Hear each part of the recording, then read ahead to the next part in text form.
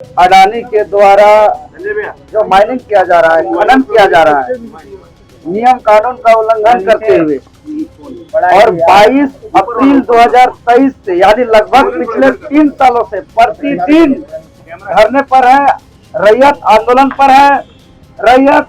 किसी भी प्रकार का माइनिंग को लेकर के अडानी कंपनी को नहीं दिए हैं, न ही कोई किसी सरकार को दिए हैं, न ही ग्राम सभा हुई है, न ही अधिग्रहण हुई है, लेकिन अपने पुलिसिया लाठी के दम पर वहां के खनन माफियाओं ने लगातार अवैध तरीके से कोयला खनन कर रहे हैं। आप देख रहे हैं केवल सच।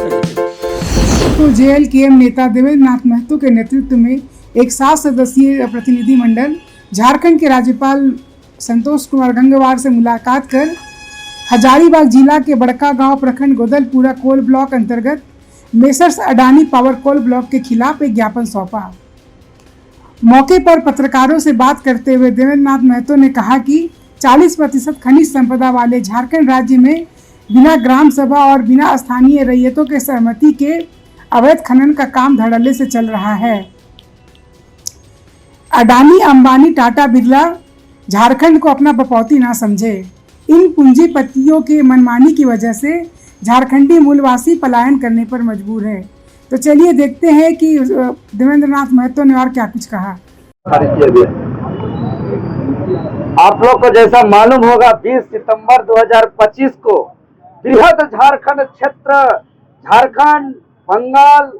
उड़ीसा में एक समय एक साथ 100 जगह एक आवाज बुलंद हुआ और सभी ने एक ही नारा लगाया कि 75 सालों से अन्याय बर्दाश्त किए अब नहीं करेंगे। अरे भाई, हमारे पास दस्तावेज है, टीआरआई रिपोर्ट का बात करते हैं, टीआरआई रिपोर्ट का आवश्यकता ही नहीं है। आज जो हम लोग भाई भाई है, सभी समाज, चाहे वो मुंडा समाज हो, संथाल समाज हो समाज हो, उराव समाज हो, कुर्मी समाज हो, ये सभी जो पहले प्रिमिटिव ट्राइब में थे और ये तमाम समाज को जो आज ट्राइबल में जो शेड्यूल किया गया है, उनको जिस पेज नंबर से किया गया है, उनको जिस पन्ना के आधार पे किया गया है, उसी पेज नंबर, उसी पन्ना पर जहाँ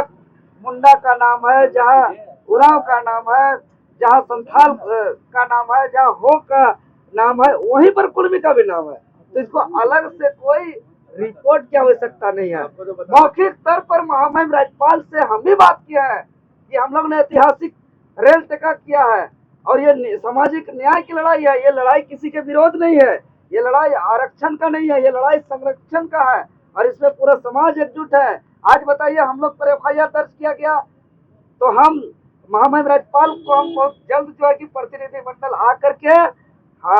इस पर पहल करते हुए भारत सरकार से भी वार्ता कराने के लिए हम लोग ने बात किया है। महामहिम राज्यपाल से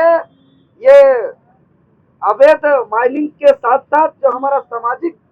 जो कुर्मी समाज को शेड्यूल ट्राइब में शेड्यूल करने का बात हो या कुर्माली भाषा को 8वीं अनुसूची में शामिल करने की बात हो, कुर्माली भाषा कोड लागू करने की बात हो और सरना धर्म कोड लागू करने की बात हो, ये तमाम मांग हमने रखते हुए बातें किया तो उन्होंने खुद इस बात को सहमति दी है कि 1947 के बाद जो भारत सरकार अभी तक अनुशंसा किए हैं या कहीं से कोई माननीय न्यायालय के माध्यम से जो जजमेंट है उसके बाद का दस्तावेज लाइए, क्योंकि वो तो 1913 का जो हमारा गजट का बात करते हैं या 1931 का जो हम लोग सूची का बात करते हैं जो कुर्मी ट्राइब में शेड्यूल था, तो वो महामहिम राज्यपाल जी इस बात को स्वीकार किए कि हाँ वो था। लेकिन अभी एक आवश्यकता पड़ रहा है कि 1947 के बाद का इधर का जो भी डॉक्यूमेंट है, सारे डॉक्यूमेंट महामहिम राज्यपाल जी मांगे हैं। हम लोग बहुत जल्द 1947 के बाद का जो भी हमारा सपोर्टिंग डॉक्यूमेंट है जो हमारे फेवर में है, वो आदिवासी कुर्मी समाज के जिसके नेतृत्व अजित महतो के नेतृत्व में जो हुआ, उसके साथ हम लोग महामहिम राज्यपाल जी को हम लोग सौंपेंगे और उसके बाद हम लोग भारत सरकार से वार्ता करेंगे और ये लड़ाई जो है कि हम लोग का अनवरत चलता रहेगा। साथ ही साथ झारखंड प्रदेश में हम एक और ऐलान कर दे रहे हैं, राज्य के अंदर बहुत जल्द आंदोलन होगा। उस पर भी क्योंकि देवेंद्र नाथ महतो कोई विशेष जाति और कोई विशेष धर्म और कोई विशेष समाज का हम नेतृत्व नहीं करते हैं। कहीं अगर मुन्ना समाज का अधिकार की बात हो तो देवेंद्र नाथ महतो आगे आकर के लड़ता है, चाहे कोई संथाल समाज की लड़ाई हो, कोई हो समाज की लड़ाई हो, कोई उरांव समाज की लड़ाई हो, चाहे नगरी को जोतने की बात हो, वीआईटी को जोतने की बात हो, जेपीएससी में गड़बड़ी की बात हो, जेएसएससी में गड़बड़ी की बात हो, नियोजन नीति की बात हो, स्थानीय नीति की बात हो, उद्योग नीति की बात हो, विस्थापन पुनर्वास नीति की बात हो, तो सब में हम आंदोलन कर रहे हैं। झारखंड राज्य के अंदर जो ओबीसी के साथ जो अन्याय हो रहा है, जो 27% आरक्षण को घटा करके जो 14% आरक्षण किया गया, उसमें अब ओबीसी वर्ग का पूरे राज्य में आंदोलन होगा और उसका भी हम समर्थन करेंगे और उस पर भी हम लोग लड़ाई को लड़ेंगे।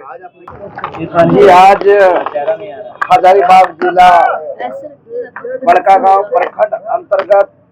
जो गोंदलपुरा में अडानी के द्वारा जो माइनिंग किया जा रहा है, खनन किया जा रहा है, नियम कानून का उल्लंघन करते हुए, और 22 अप्रैल 2023 से यानी लगभग पिछले 3 सालों से प्रतिदिन धरने पर है, रैयत आंदोलन पर है। रैयत किसी भी प्रकार का माइनिंग को लेकर के अडानी कंपनी को नहीं दिए हैं, न ही कोई किसी सरकार को दिए हैं, न ही ग्राम सभा हुई है, न ही अधिग्रहण हुई है,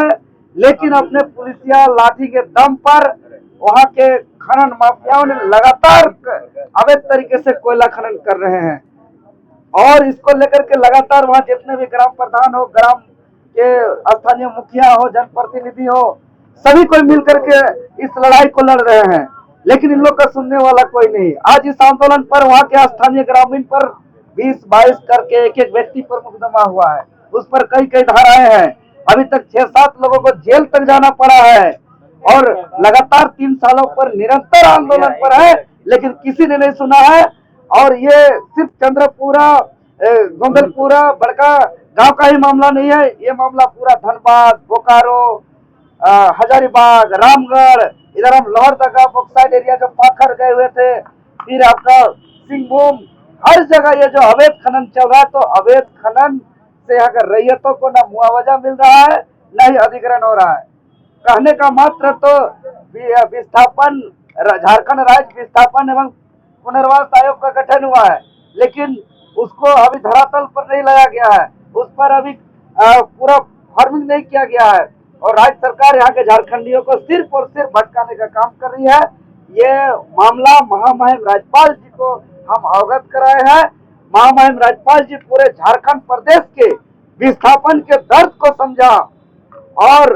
महामहिम राज्यपाल ने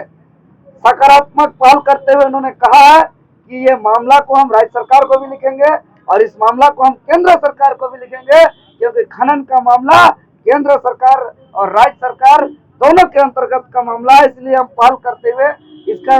आगे त्वरित कार्रवाई और सकारात्मक कार्रवाई के लिए हम कदम उठाएंगे, ये मामला बोले हैं।